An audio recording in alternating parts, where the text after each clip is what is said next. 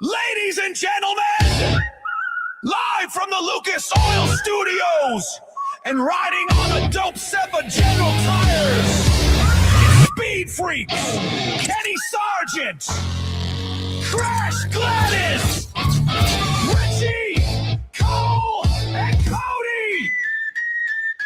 Big Johnson.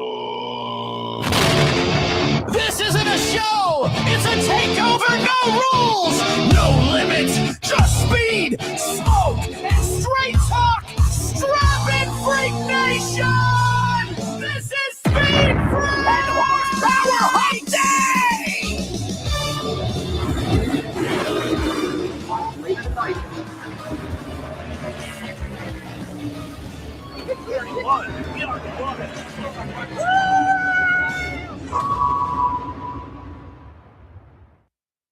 What's going on, Nation? Oh my God, that just happened. Horsepower Hump Day on Official Speed Freaks. Hey, how do you feel?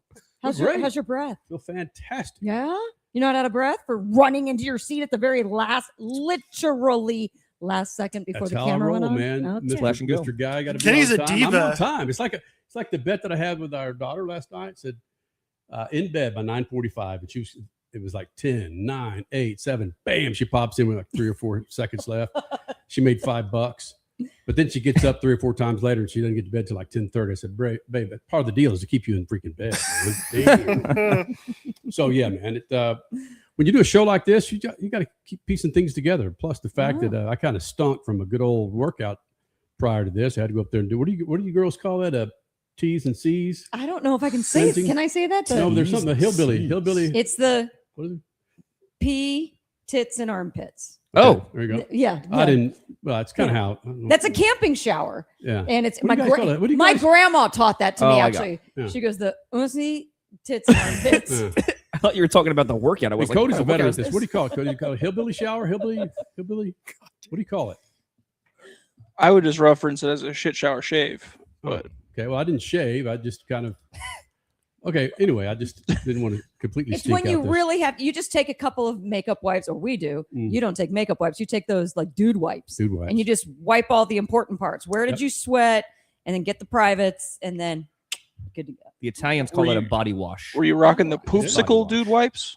What's that? The poopsicle dude wipes? They got flavors now. What? Yes, they do. I can see your face. Yes, they do. So Next thing you could tell me they're edible. Well, no. I would hope not. So you wipe your butt and you expect it to smell like a popsicle? Well, a poopsicle. A poopsicle, Yes. of course. Yes. See, Like strawberry, fruit punch, poopsicle. that's Wow. one thing I've never understood about people who put scents in the bathroom and people who use matches to try and cover up their poop smell.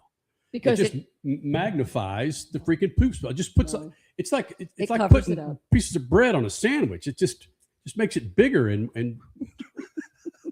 just, what? Stop it with it. I don't know. We just walk in there, the smell of poop, good to go. Big Glenn says pumpkin spice. Poopkin spice. Oh, That's my whole house right now, by the way. Pumpkin spice. oh, you're already ready Oh, for yeah. Halloween. It's always every day is Halloween in my house. Yes. Hey, Freak Nation, the 2027 NASCAR Cup Series schedule is out. We're going to break that down for you. The pros, the cons, what we like, what we don't like. Also, Indy 500, excuse me, that's not the Indy 500. It's the Freedom 250. We got more news regarding the IndyCar race in DC last weekend, and what a flex it was, man. The number of eyeballs, new eyeballs that caught their first IndyCar race, we'll share those numbers with you coming up in moments. Also, there is a new curse, according to the residential millennials, between Carson Hocevar and Tabitha, as the kids like to call him. Richard, isn't that correct? I'm the only person that I tried to make that a thing, Yeah. and the people in the comment section on our TikTok were calling me out for it. Hey, I'm sold on it actually. So, I call it Tabitha now too. So I don't know. I'm not sold on it yet. I'm sticking with Tabitha unless she's okay with me doing that, which I think would be funny because we came up with Kosovar. It's like a nickname. So my nickname for Tabitha is Tabitha, and it may like it. So now, if we refer to Tabitha, it could be anybody. Yeah, it could All be Tabitha down the street, right? If I say Sure. Tabitha, then we know that is Mrs. Carson Hocevar. That's Yeah. what I'm talking about. Ooh, so that's what I'm Mrs. calling. label. Yeah. Yeah, that's big. So we'll get to that curse, according It's moving it to up a notch. our crack staff who traces these things. And Carson Hocevar and Tabitha, we still don't know if they're a freaking item. They are. Come on. Even Hamlin, I think, this week called her his girlfriend. I mean, everybody's assuming, yes. Well, there's some speculation though going around because there was a pre-race video of Carson and Tabitha on pit road before the race started. The hug? Not even the hug. It's like they did the anthem, they did all that stuff, and he like gives her a pat on the shoulder and like points her to go stand over there. So they're like, no hug? What are we doing here, man? Because he's too embarrassed to admit that he's actually dating somebody. I don't know. I don't know why you it would is be. weird. I know. See, that's the bigger story for me right there. If he's just kind of patting her, like over there. That's what it was. Yeah, it was like a little Yeah, there you go. shoulder hug. There you go. And it was the track account, New Hampshire Motor Yes. Speedway, that actually Yes. captured. They said just kiss already. Yeah. But I will say this: how old is he? 24 All right, so or 23, 24. the young men ahead of him, like you two who are older, you guys just freaking killed hugging. It's done. It's done. over. Yeah. Yeah, This is it's true. done. Yeah. If you want to make this guy feel really awkward, just try and hug him. I don't do hugs. It's just Physical contact. yeah. Big no for Yep. me. I'm right there with you. So I'm wondering All if three of you? Yeah, no. yeah, like No I say, hugs. they've killed hugging. So Well, it depends on who it is, but 99% of you, no. so Hold on. You have a girlfriend on this show. The other two boys don't. Do you at least snuggle in bed? Well, yeah, that's all fine. But she's, one of the 1%. But public hugs are not. Wrong. She is in the 1%. Okay. Like, it don't matter where. Okay. So, I get you now. But buddies, you're not going to do the bro hug or anything like that.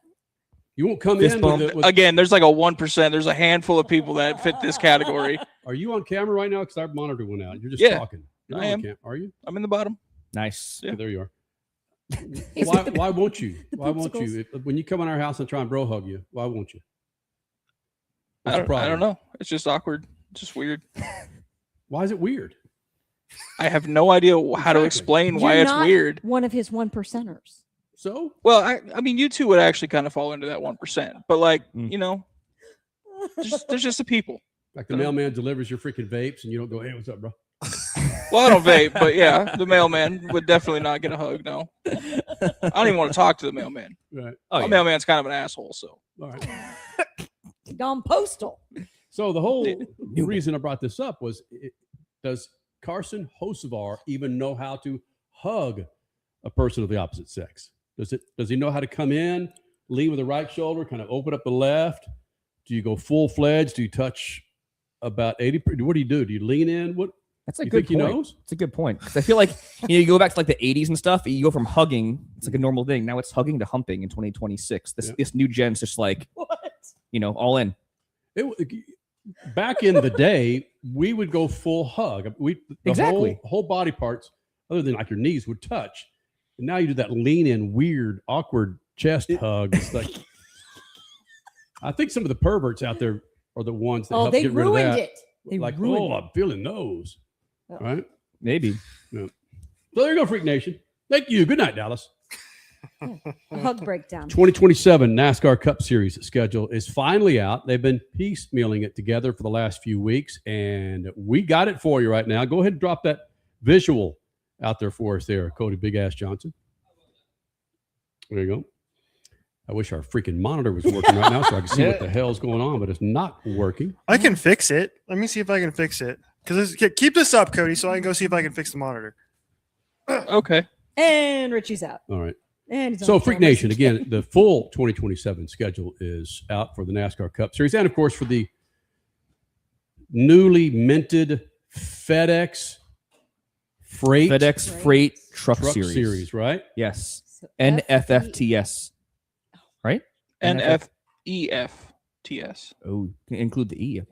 All right. Yeah. I guess. Oh, the N being NASCAR. NASCAR FedEx NFEFTS. Freight Truck FedEx Series. Freight Truck Series. Oh my Now, God. is this for 2027? Yes. Wow. So Craftsman is gone once again. And according to the internets, it is going to be the FedEx Freight NASCAR Truck Series. Which this is so strange to me, but in doing some reading on this, FedEx Freight is now no longer affiliated with FedEx. And I'm like, okay, so if a company gets bought out, like apparently FedEx Freight did, why do you still keep the name? Because that's so confusing. That is so doesn't make any confusing. sense, really. It doesn't. So FedEx is like, nope, they're not us. Well, guess what? They have your name. It's like, that's a divorce that is really weird. Like, All right, I we've don't kept the know. schedule up long enough. I think people can grasp what the hell we're talking about. There are 2 off dates. Of course, we've got Easter on March 28th and then August. 4th, Whoa. I think. You said an Easter weekend is back? It's off. Off. Okay. Yeah. It is Damn, no off. dirt. No Right. Bristol dirt. Yeah, it is off. And there it is. It is off. I've got it pulled up here. What's the other off date? August. I think it's 4th. Yeah, it's that second weekend of August. You got San Diego off week and then, Then the 8th. Bristol too, right? The 8th. And that's it, man. 36-week schedule, my friends. Not a whole lot of changes, Cole Cusimano. We have 4 road courses, which feels pretty comfortable going into the 2027 season. We got a road course, as we knew, with Watkins Glen into the Chase. Mhm. Got that.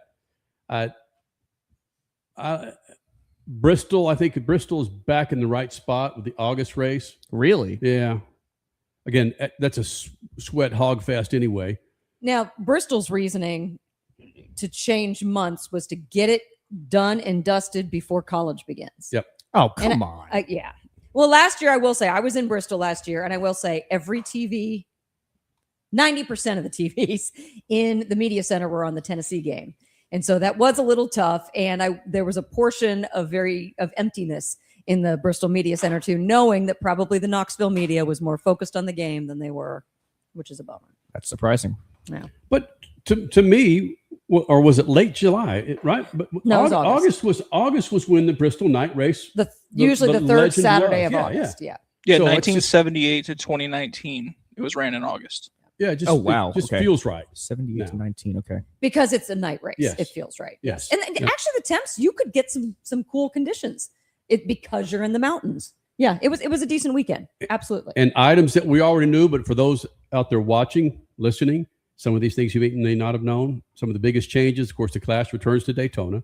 Mm-hmm. Dover gets its points rates back. Yes, You happy sir. about that, Cole Cusimano? Mm-hmm. North Wilkesboro, gone. All-Star race. Chicagoland, Jesus. No street race from Chicago. San Diego's back. Yeah, Darlington. That feels like normal. You don't like it? No, I don't like that. Why? That was one thing I had circled here. So you have the Southern 500 as the regular season finale. Yep. And now to open the chase, you have Richmond. Okay, well, if you're comparing Why are we that- opening with Okay, Richmond? if you're Yeah. saying that, okay, Yes. I'll give you that because I haven't gotten to Richmond and Kansas yet. Yeah, I haven't gotten it's to that right. yet. Yeah, right before that though. So would you would rather put the Southern 500 in there as the kickoff? I love that as the kickoff. Yeah, and I think it should be in the Chase being a crown jewel event. Absolutely. You need a banger Yep. to kick off your chase. Okay. Yeah. Why are you kicking off your Chase with Richmond, Yeah. which is notoriously a hard watch for people, Mhm. and then two of your first three are Richmond and Loudon? I'm That's sorry. awful to No, me. No. How do you? no. That's not how you start off a new playoff format where you have your postseason kicking off for NASCAR. No way. There's not excitement there. No. Mm. And my argument would be we've had Worldwide Technology Raceway in the Chase now for what 2-3 years. Mhm. It's similar to a short track. It races like one, but it also has some intermediate properties as well. And I think the strategy there and the watchability is much better than a Richmond or a Loudon. So I don't know why you would take that St. Louis market out of the Chase and put in Richmond and Loudon, which I get they have the history on the circuit, but I think better product overall and better strategy to win this thing at Worldwide Technology than those We two. need to stop it with this whole history thing. Oh, you've been good to us for 20, 30 years. I'm totally with you. What matters most is who gives you the exciting races, who gives you the better product. And you need to fully emphasize in your chase great product. You have 10 races to do it. Might as well give them 10 of your best. And like the thing is, I feel like Richmond and Loudon are similar to Gateway because they're very strategy heavy. But the thing is, Gateway has a better racing product for those Mhm. watching at home. So that's my argument. Not being the snorkel that you are, Cole, the only race that is sacrosanct is the Daytona 500 for me with NASCAR. I don't. There are certain summer races where the Southern 500, the Bristol Night Race. Yes, I see those in the summer. But backing up what you're saying, what are the races that are going to give us the bangers? Richmond, Kansas, that doesn't because it's such a gamble to me right now. Because with the current cars generation, what the hell of 7, Yes. 8, 10, 7. currently where we are with this car, you just don't know what the hell to expect. But with the Southern 500, I mean, that's a racetrack. You talk about bangers to kick off your chase. Mhm. So that's backtrack then. Yes, move the Southern 500 there. The issues that I have were Richmond and Kansas kicking off. But then again, man, So you basically are saying you don't necessarily care about the history no, of the Southern 500, but again, you're just focusing strictly on the product on track. That Has is to better be. than any Richmond or Loudon to Has be in to your be. chase. Yes. Got it. Yeah. So you're selling a crown jewel event over Richmond as your kickoff of the Chase. Yeah, that's a mistake. That's going to come back. I mean, I'll be fine to eat crow, but that's going to come back to haunt NASCAR having Richmond and Loudon as 2 of your first 3 chase races. all right. That but is crap. there's also this is where I came at it. You know what? I'm going to go back to my original stance. Southern 500 is such a wild card race that it being the last race into the chase, I have no problem with that.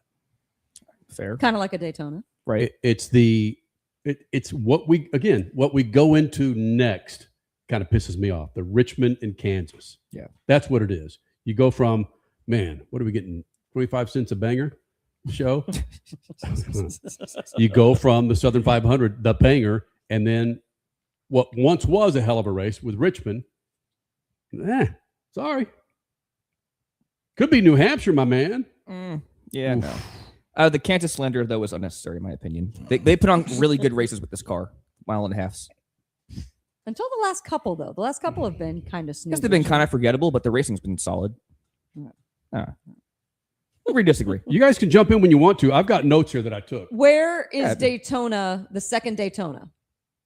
It's the week before the Southern 500, I believe. Okay. So they're August 28th. So it is no Yep, it is. longer it is no longer the last race of the regular season. There you So go. what this shows me is they're making seemingly a concerted effort to go bam, bam, bam, your last 3 races of the regular season, and then not as much of an effort outside of Watkins Glen, going from Richmond, okay, then a road course, cool, New Hampshire, Kansas too, I mean, this does not look great.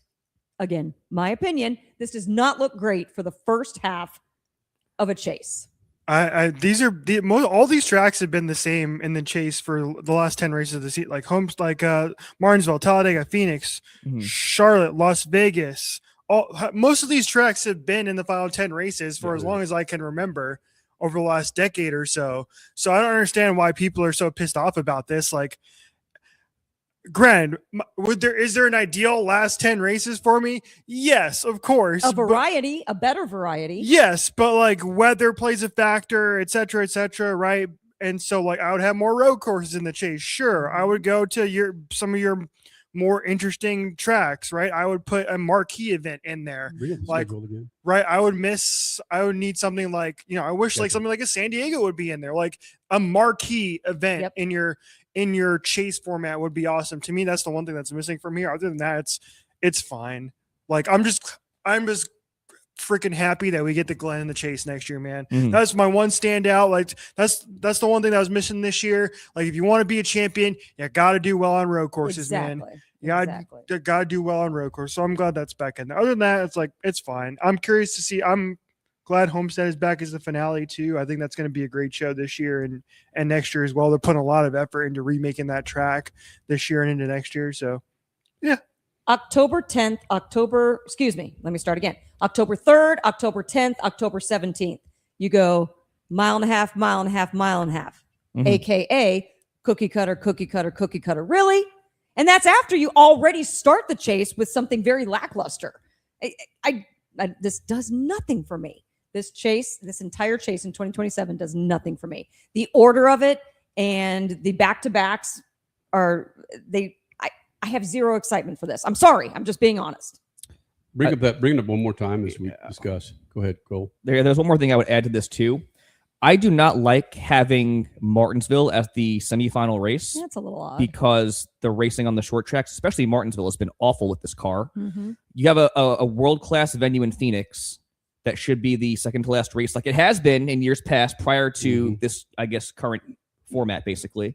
It was the semifinal race for a long time. I think that would be a great semifinal race to Homestead. And I also want to point out Talladega on Halloween, Talladega. I do like that. I think that is a great call on NASCAR's part to have a huge event that draws many eyes like Talladega as your third to last race, because then you have that traction to follow through with the semifinal and the finale. But you might lose people with Martinsville. That's my only problem. That is true. So yeah. Again, 36 weeks, I have an issue with that too, but what else? Yeah, that's what continues to hit me. Again, there are some pros to this that I do like what they did here. But the freaking thing is 10 months long. Way too long. Way too long. Pull the curtain back a little bit, Freak Nation. For me, personally, I'm done with racing. I am freaking done. I'm sitting in this chair because I want to cover it and I want to do our sponsors right. I want to be a part of this community, but I'm freaking done. IndyCar is done in 2 weeks. 2 weeks. You follow me there?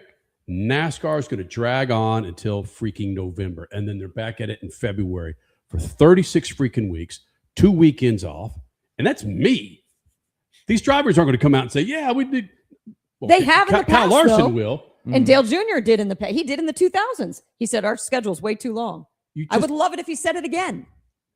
Say you could be for or against the argument of going up against the NFL. You're just losing me. You're losing me because there's so much going on. College football, the NFL, right there. Those two things, bam, I am glued to those two. And if you're saying there's no crossover when it comes to motorsports, you're fooling yourself. That's a joke. You've got to figure this thing out, man. 10 freaking months. Anybody else know a sports series that goes that long? Aside from baseball? 10 months? They don't go 10 months. Yeah, they go March to October. So that's one does. Oh, no one does. Damn. I feel like their season is so long. Okay, NBA. No. They go October to June. Yeah. Yep. Knicks, baby. And that's too long. So Baseball's like 8 months. They go 8 months. Most baseball's sports long, are about 8 10 months. freaking months. Wow.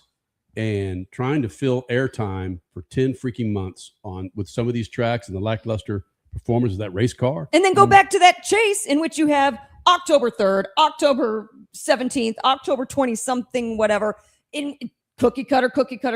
You expect us to be talking about your series like anything's going to change much in between those three races, smack dab in the middle of your chase? Give me a freaking lifeline. They're asking the fan base to be engaged weekly for 10 months. And that's hard. And they rely on people like us to create storylines out of hopeful storylines that NASCAR provides. But it just gets freaking old. I'm a little toasty right now. And again, we still have we have the chase to go. 11 more. Dig this travel route, Freak Nation. July 4th, Iowa. July 11th. Follow along in your head, Cole. Iowa, July 4th. Sonoma, July 11th. July 18th, Atlanta. July 25th, Indianapolis. August 1st, San Diego. Do the miles there, man. Wow, that's a Do the freaking miles. I mean, it makes no difference to me, but gosh. It's yeah. At least there's an off week after San Diego, though. So that'll be less of a burden on the teams, the travel crews. Does it hit you at all again that there's no international race, Richie? No Canada? I wish No there Mexico? was. Shout out. Julie Giese was on Holler Talk earlier today on Wednesday, and she was talking about some of this stuff. But at least the truck series is going to Canadian Motorsports Park. Right. I don't remember exactly what city that's in, but it's a racetrack they've been to before. That's again, I do miss that there's no. I don't know why Canada's not there. It was just rumored today, Crash, that the IndyCar is working on a possible race in Brazil as early as next season. I'd love to get back there. Which is genius. And for whatever reason, NASCAR is just missing the boat on that. Even though Steve O'Donnell was on the Bussin' with the Boys show, was like, yes, we want to do more international races. We want to go to Europe. Right. We want to do this. And then they don't do it because they can't do it because the logistics are too damn much because you're racing every weekend. But Right now you have FedEx Freight as a sponsor. You should be able to benefit off that. Maybe that was the plan all along. Let's hope. Let's hope. And what do I see? Richmond, Bristol, and Daytona. Yeah, those are the only 3 Saturday night races, right? Yeah, that's it. No way. Bring it back up. Well, they didn't have the times yet, I don't think. Right? Well, they're Saturday races, all right? Well, yeah. Well, you think they're going to be in the afternoon? No. No, I'm just be saying night. they like there's certain races that are going to be on a Sunday night, you know? Like Darlington too. Okay, I'm just talking about Likely. Saturday night racing. Okay. And which would be a great way to beat some of the summer doldrums of maybe June and July and some of August. The majority of races are Saturday night races. Mm-hmm.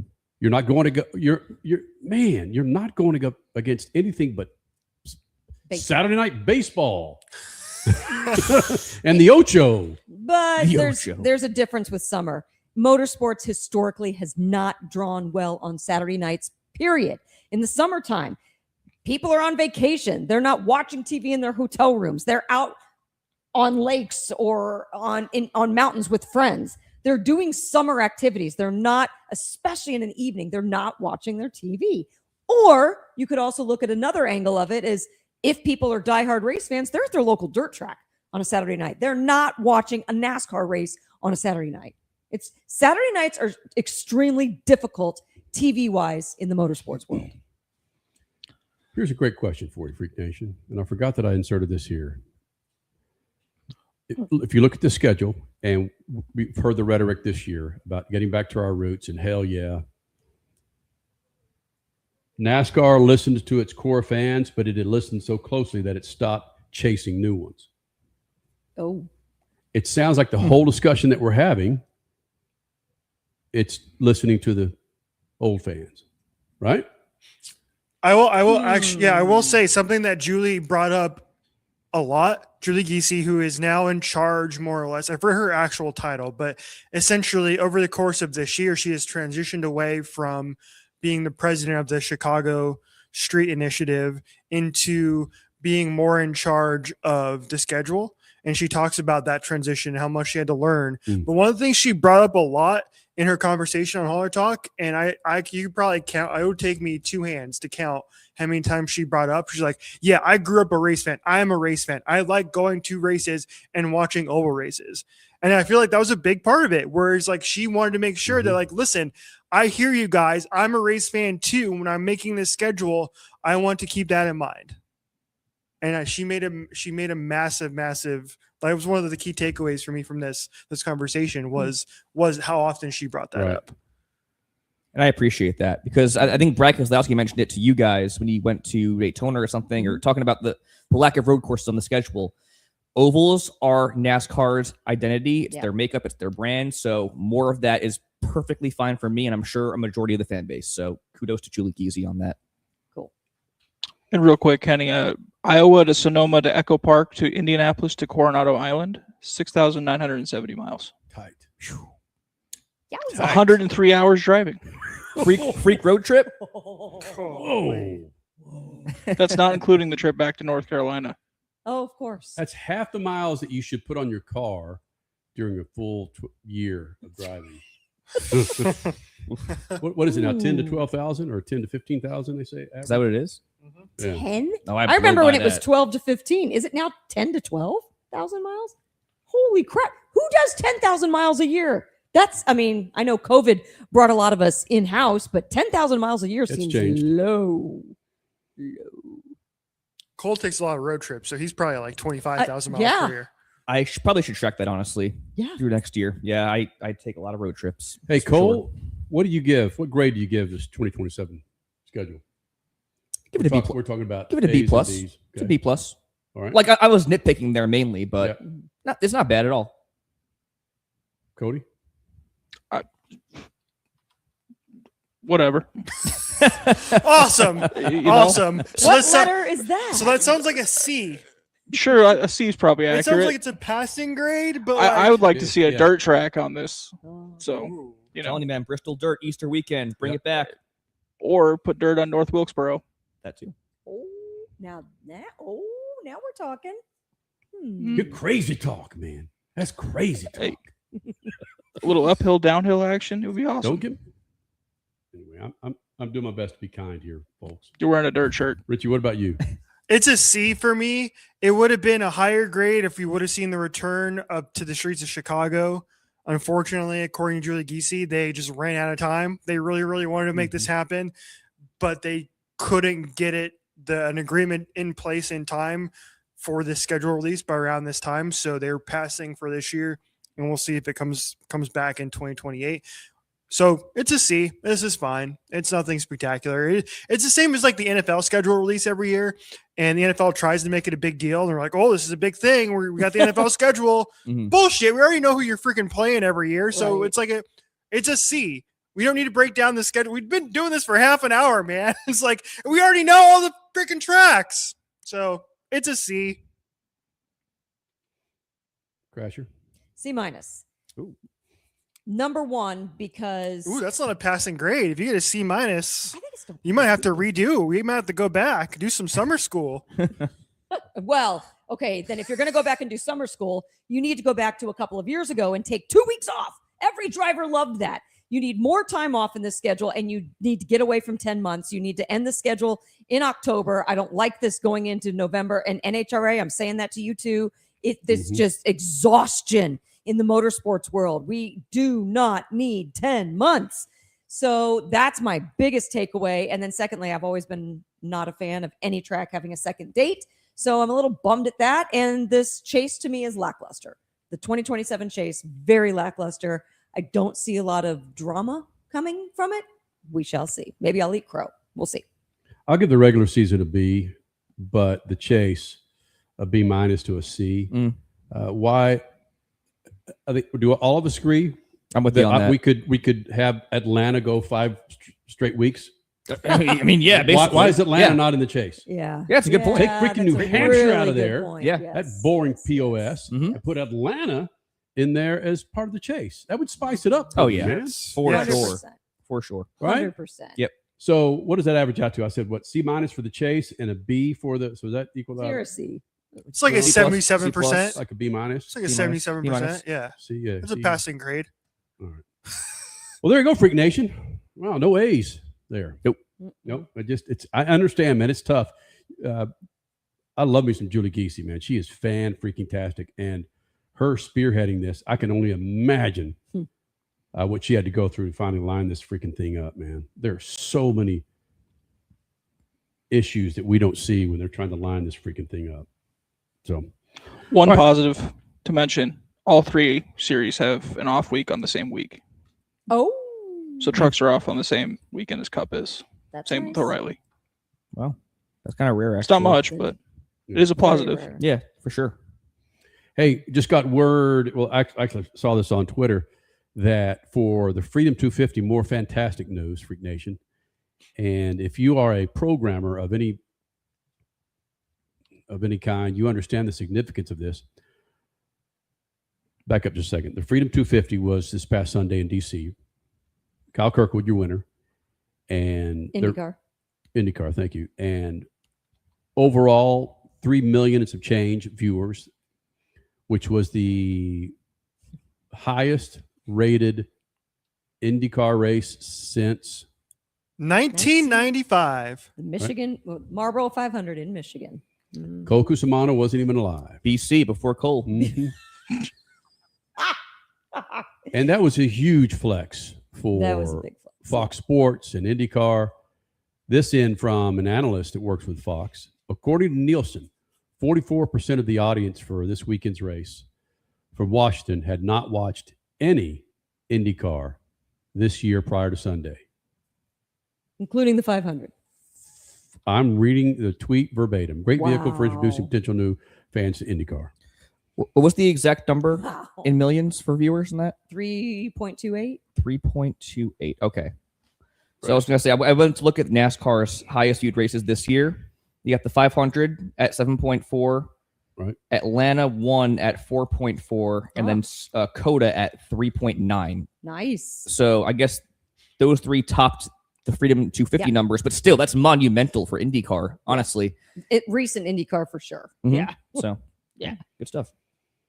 Yeah, we'll see. And it That's the big test. Is now we'll see. There's a doubleheader in Milwaukee this weekend, a Saturday afternoon race, and then a Sunday afternoon race, and then the finale on Labor Day weekend at Laguna Seca in California, another afternoon race. So, and there's college football that's going to be jacking with that finale. So, can IndyCar capitalize on 44% new eyeballs, multiple 1.5 million new eyeballs? Will they retain them? Saturday's going to be tough, but can they retain them for the Sunday race at Milwaukee? This is the big test right now. And then you've got an off season to figure out how to play with them and bring them back for St. Pete. There's a lot there. A lot there.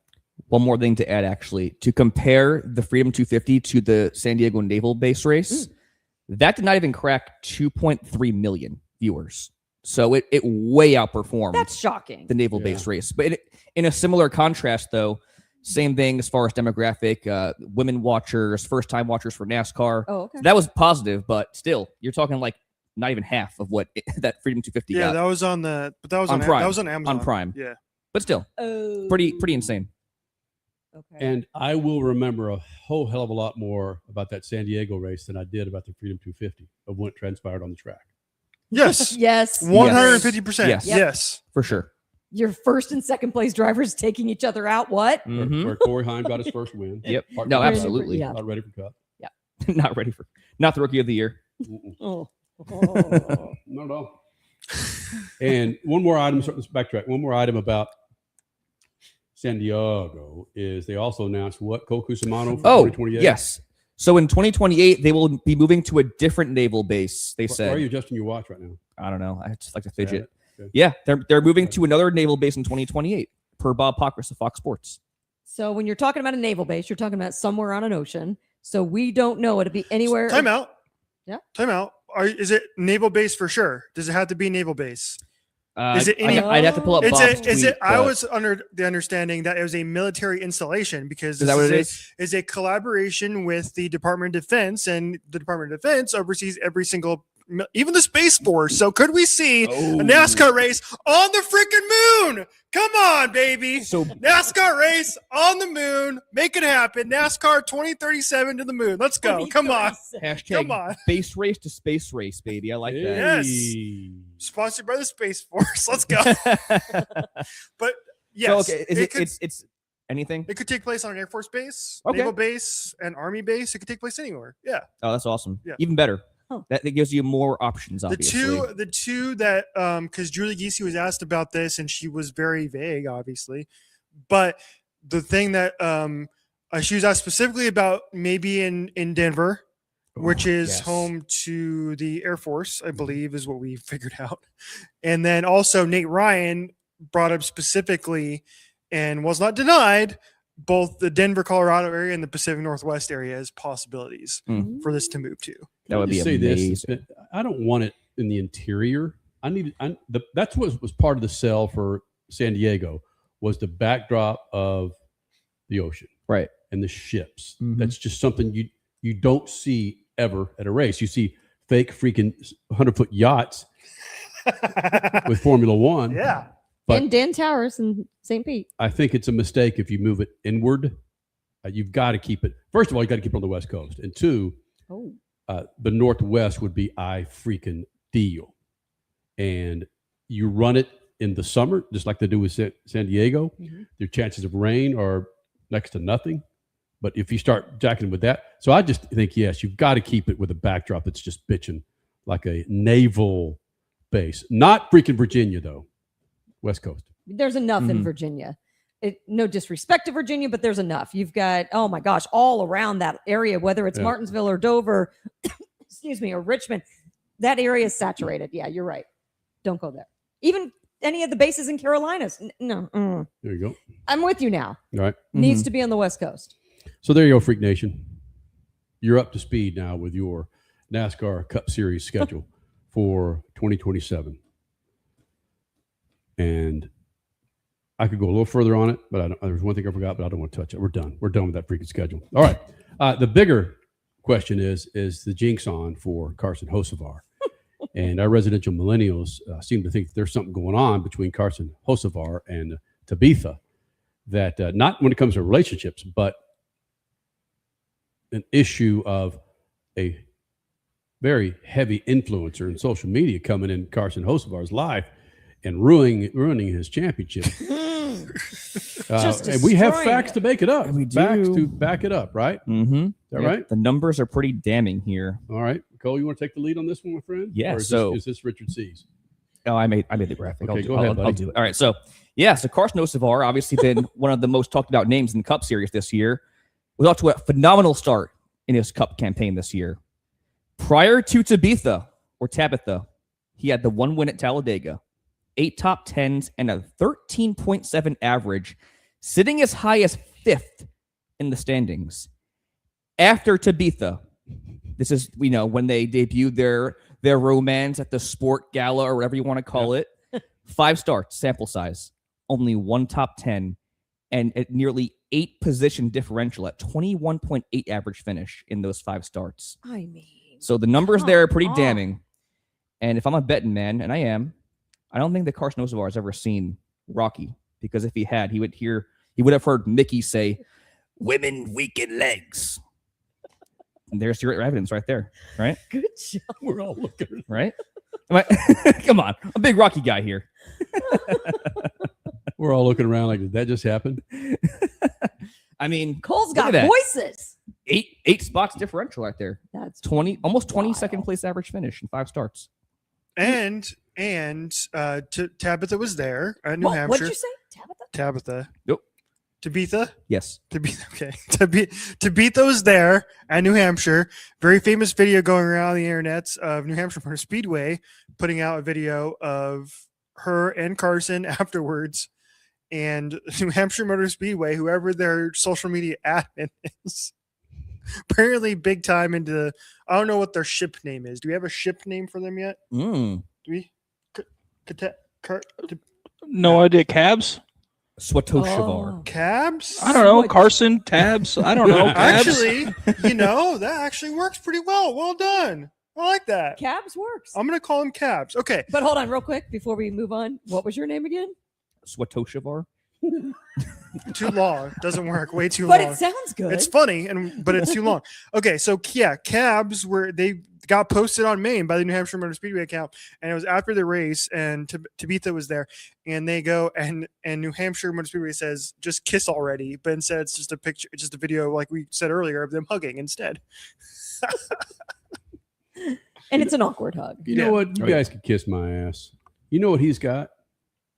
Money. He's got something that Christopher Bell doesn't have. Kyle Larson, Busher, William Byron, Riz? Bubba, Austin, Ryan Preece. He's got himself a freaking cup win this year, guys. He's solidly in the chase. You know who's not? Oh, Ryan Preece, Brad Kozlowski, Ross Chastain, Michael McDowell, AJ Allmendinger. You do you, Kosovar. You stay with this jinx, my man. You freaking do. You continue to do what you're doing, my man. Kick some freaking ass, because there's snorkelers below you that are wishing they only had half the freaking dente that you have, my friend. Watch him win this weekend now. Yeah. That'd be on brand for Carson. But hold on. We have totally wished the win to Larson, haven't we? And why was that on Sunday? Oh, that was that's Cody because he Call. was on DBC, Right. and everybody that goes on DBC normally has a better week the following week. Okay, it's Mojo. All right. He's been good lately. I think he has 3 straight top 10s, if I'm not mistaken. I think you're right. OMG. Mm-hmm. All right. So hey, you do you, Carson Hocevar. Right? absolutely. You can do whatever he wants. You guys freaking hating on my man. We just had some fun with it. We come with facts. We Yeah. come with facts. Are you we used to cover back in the day the Kardashian jinx. Oh, right. Yeah. With, This was a Lewis. thing.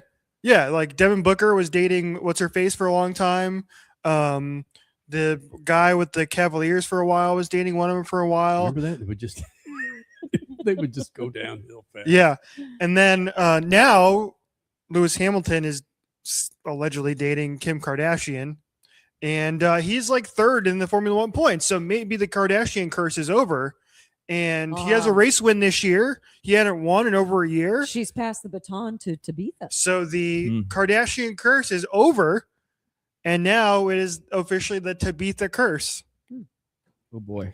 Great lead in, my friend. Richard C. Suave. Formula One ratings are sucking hind boob. Richard C. Suave, you've gone headlong into this, my friend. And in all seriousness, over the last 3 or 4 years, the joke with us would be, okay, Richie, you got 5 good minutes of Formula One. And he would start, and maybe 10 seconds into it, I'd cut him off.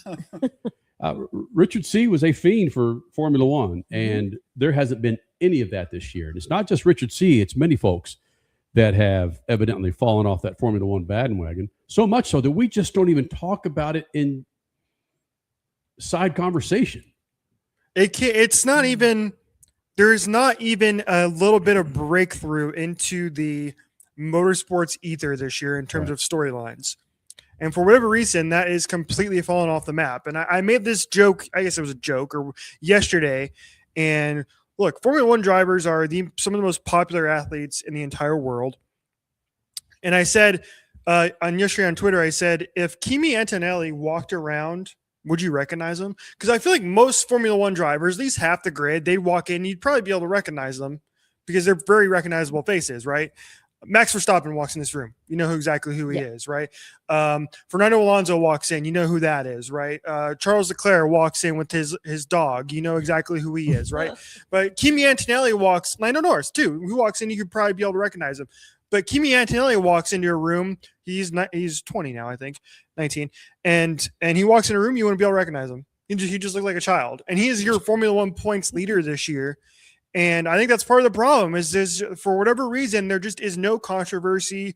There is no storylines. It's just seemingly like a year in Formula One where every single one of these drivers hates the regulations. A lot of the fans don't like it either. So it seems just like one of those years where it's just like, we just got to get through this damn year. We just got to get through 2026 and just get to next year and we can do an entire reset. Or can they? Or has too much damage been done? And that's the kind of the problem here. And here's especially in the United States, because USA Today put out this graphic earlier this week, and there it is right there. Good job, Cody. Thank you very much.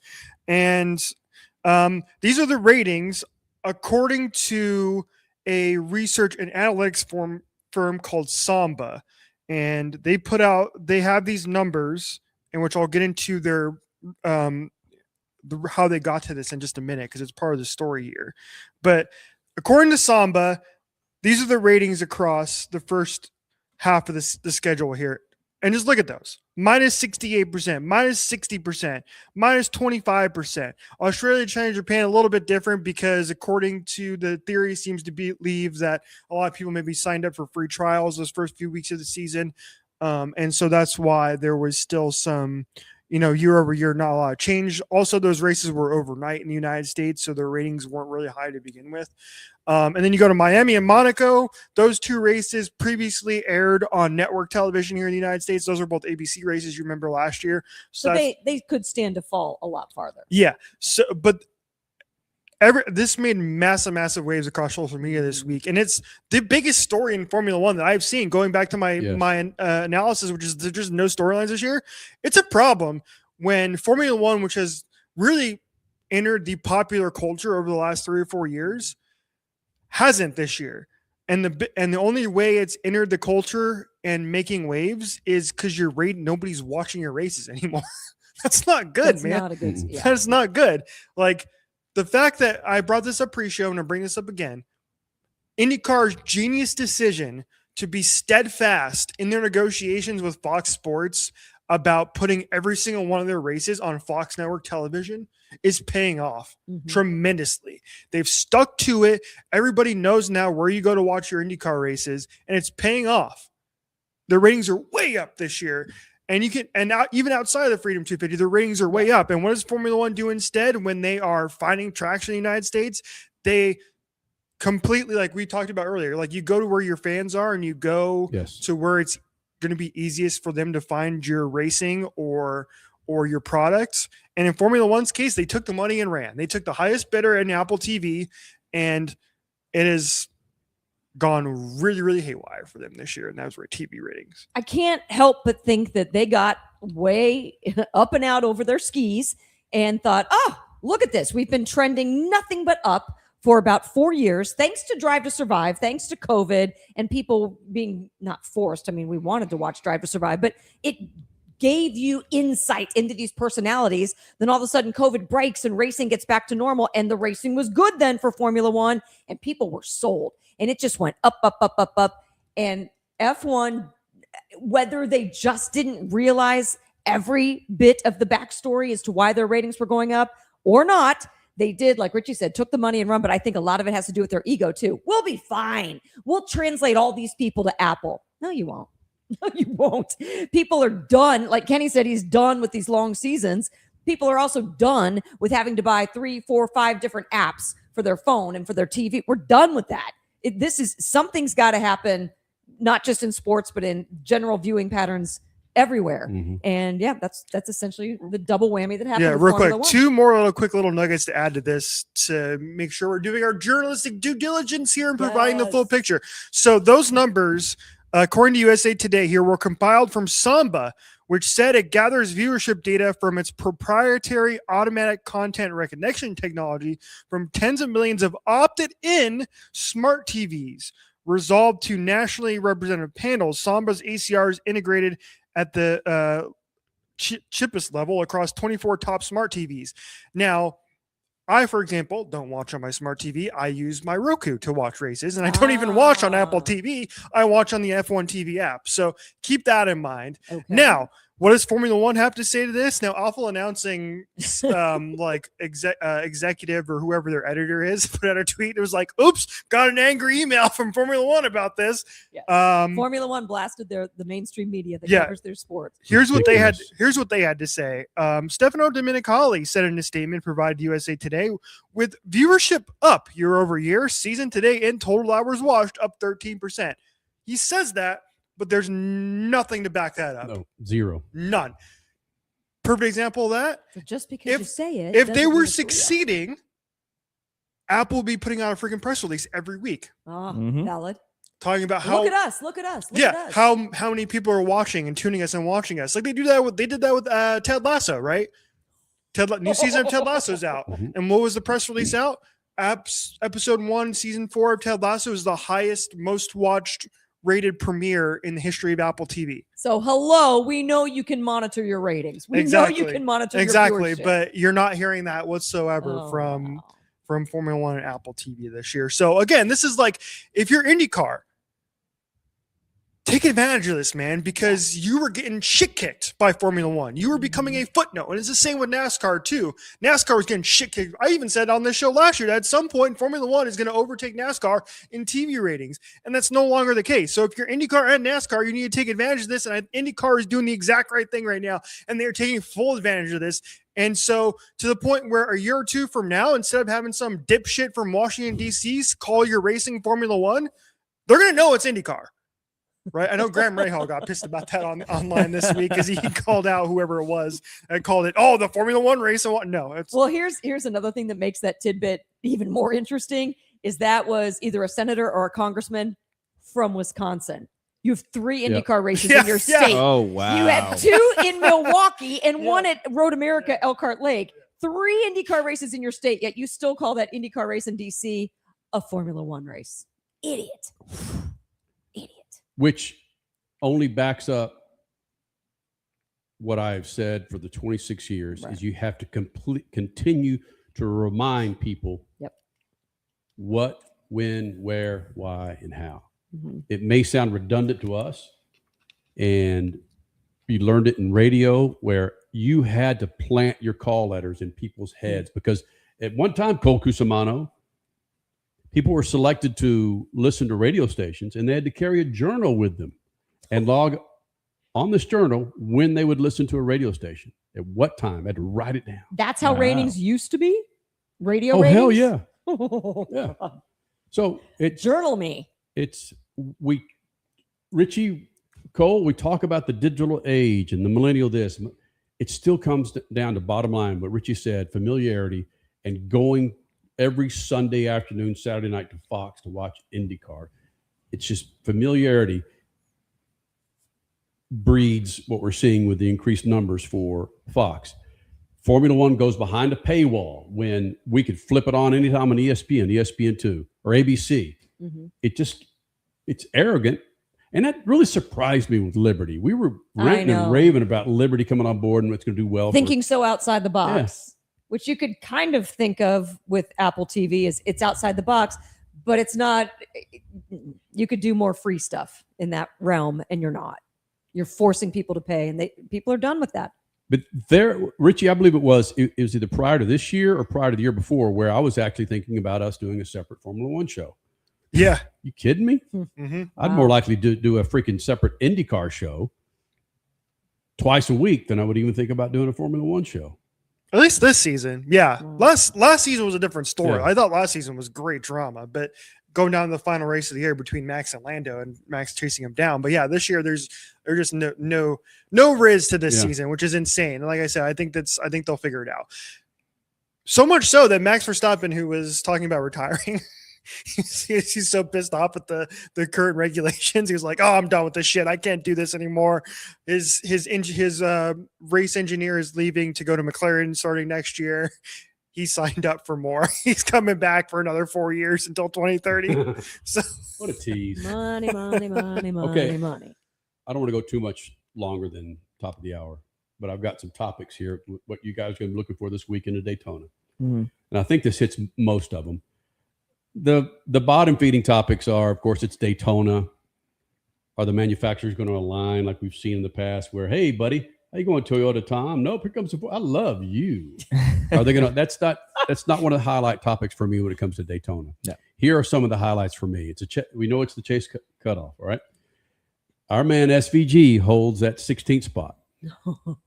This might be 1B or maybe 2 for me. It's going to be 1B for me watching.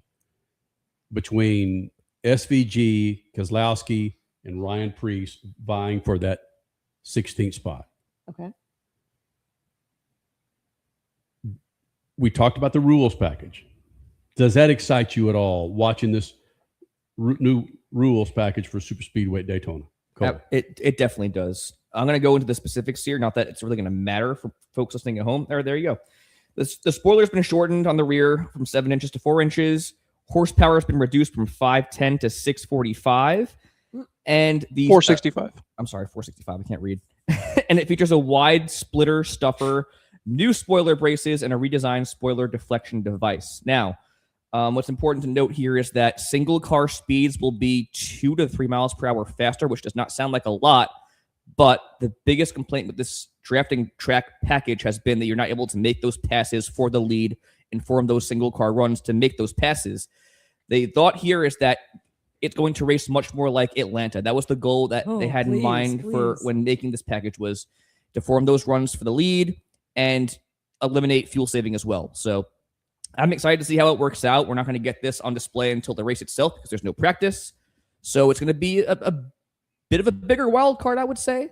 More passing, they hope. Yes, more passing. But which also breeds more blocks, which could provide, again, another firework. Yeah, exactly. More chaos. Can we, Cody, do we have the Denny Hamlin soundbite ready from his actions detrimental this week? And Denny Hamlin was at the forefront of this change, I feel like, because he was on his show every time there's a super speedway. Like, there's too much damn drag on these race cars. Yeah, he has been. Do you remember about 10 years ago, there was a meme of this guy who would perennially run in New York City, and older black man, and he gray beard. He would always wear these black gloves. Okay. He was played famously by Kenan Thompson on SNL, and he ran as his party. The name of his party was the Rent is Too Damn High Party. And his thing would be the rent is too damn high. That's what I feel like Denny Hamlin was doing for like the last 2 years. Like, the drag is too damn high. And so Denny Hamlin finally got his wish.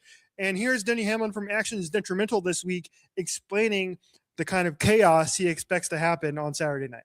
I'm not trying to oversell Dirty Mo Media, trying to use this clip, for God's sakes. I think this weekend has potential to be absolute chaos. What I'm getting and the data I'm seeing on this new package, I think the cars could be far more out of control when they're trying to push each other. So before we had next gen super speedway racing, I used to not care about stages, and I would just ride, and then there would be big old wrecks. I'd miss them, and then I'd go race and we go win. The ability to go from the back to the front will be easier than years past. Points don't matter for you. And points don't matter. Stages don't matter. I think lots of someone's is going to get caught off guard by how unstable these cars are when they're getting shoved around. Good. No Bring practice. Like a loose condition. Let's go. Loose is Let's fast. go. Loose is fast. Can I ask you another question related to Daytona before we wrap up here? Are you missing the fact that this is a playoff cutoff? Meaning that in the past, this race, everybody who had not won a race was still in contention to make the playoffs. Right. And so it provided to me one of the best moments in recent NASCAR history when Harrison Burton won his first career race with his dad up in the booth in that incredible Lee Diffie call. We're not going to get that this year. We're not. We're going to get a Ryan Blaney. We're going to get a Ryan Blaney victory, and it's not going to matter. Whereas in the past, you could get a Brad Keselowski who is pretty much out of this damn thing, can go and win the race and make the playoffs, right? You could get any of those guys, and Austin Dillon, whoever it may be, who's been good on super speedways, right? Go and win this race and make the playoffs. I'm missing that this weekend because I can guarantee, I don't think SVG has a big enough lead in the points where unless he wrecks out and finishes dead last, this isn't going to matter. It's going to be undramatic. NBC is going to try and sell us on it for the entire 160 They're going to laps. sell us that last spot. They're going to try and sell it, and it's not going to happen because it's not close enough. Whereas in the past, if we were in that playoff system, the Daytona race, this race was awesome because you were on the edge of your seat because there were so many guys in contention running up inside the top 10 that had a chance to win this race and make the playoffs, and that's not going to be the case this year. I left our campsite that year so I could go listen to the race because we were Full so deep disclosure, though. Full disclosure, we did leave our campsite, and we were also doing social media for Lucas Oil, and Kyle Busch was constantly top 3. Yep. And so we're like, okay, whatever. We need Kyle Busch to win this race. If he wins, he's in. If he wins, he's in. Plus, he hadn't won a race that season. We had a little bit personally at stake. We could hear it on Sirius XM at our campsite, but we couldn't tweet at all. Oh, that's right. So I had to go That's why find we an had to open leave. part of the country to find a place and hearing because that's what I was doing. I was listening to the call, and it was just It was fun. it was it's one of those moments where you know exactly where you were when Harrison Burton got into the chase. That's a great point, Richie. Mm-hmm. Some other items of note for this: there are, for the third time this year, there are 41 cars vying for 40 spots. Yeah. Ooh. All right, someone's going home. Including Gray Golding. yes. Gray Golding's racing. And Casey Mears. Casey Mears. Corey Yes. Haim's back. Mears will get in. Heim's in. Yeah. Daniel Dye's running. Oh, and the 3 returns. And was the 3? Oh, we didn't talk about that from last weekend. Let's talk Yeah. about that before we go. real Yeah. quick. The because- curse of the number 3. Oh yeah, thank you, Crash, for reminding me to do this. Hold on. Well, no, we can get to it. The 3 returns, and was it 2022 when Austin Dillon was running the 3 and he made it into the chase? What was it 2022 that he ran the 3 with? Something happened, guys. Come on. My NASCAR snorkelers. Yeah, but what are you talking about? The 3 returns. He runs the 3 Yeah. anyway. But so what do you mean the 3 returns? Was it 2022? What was God? My notes suck, man. Chat GPT failed when you. he stole that From Laguna with Richmond? Is that yeah, what you're talking about? that's what it was, right? Yes. Was that 2022? Man, I have my dates wrong. I think it was 2023. 4. Was it 3? 3 or Uh, 3 or he No, did yeah, win. 4 because then he won 5 He back stole to the back. berth. He stole the berth in 2022 at Daytona With the win. with the win, right? Remember that? Yeah. You can That's tell I was right. doing my notes before we just went on the air. I didn't have time to look it up. Yeah, that's what I meant. The 3 returns to the scene of the crime where he stole the freaking playoff berth in 2022. So, All right. I'm just trying to find. Many- I'm trying to find storylines for this damn thing, man. Yes, Austin Dillon won the rain delayed Coke Zero 400. There you go. Okay. Mm-hmm. Because, I mean, Richie's right. I don't know. Richie's going to be texting freaking Saturday night. Cole's going to be flinging It's pizzas. still Daytona. I'm gonna watch. But It's still actually Daytona. I can actually watch the race because baby. it's on Peacock and NBC this week, so I can actually tune in and watch the race. Usually, I have to finagle my way into Right. finding a USA stream to watch it.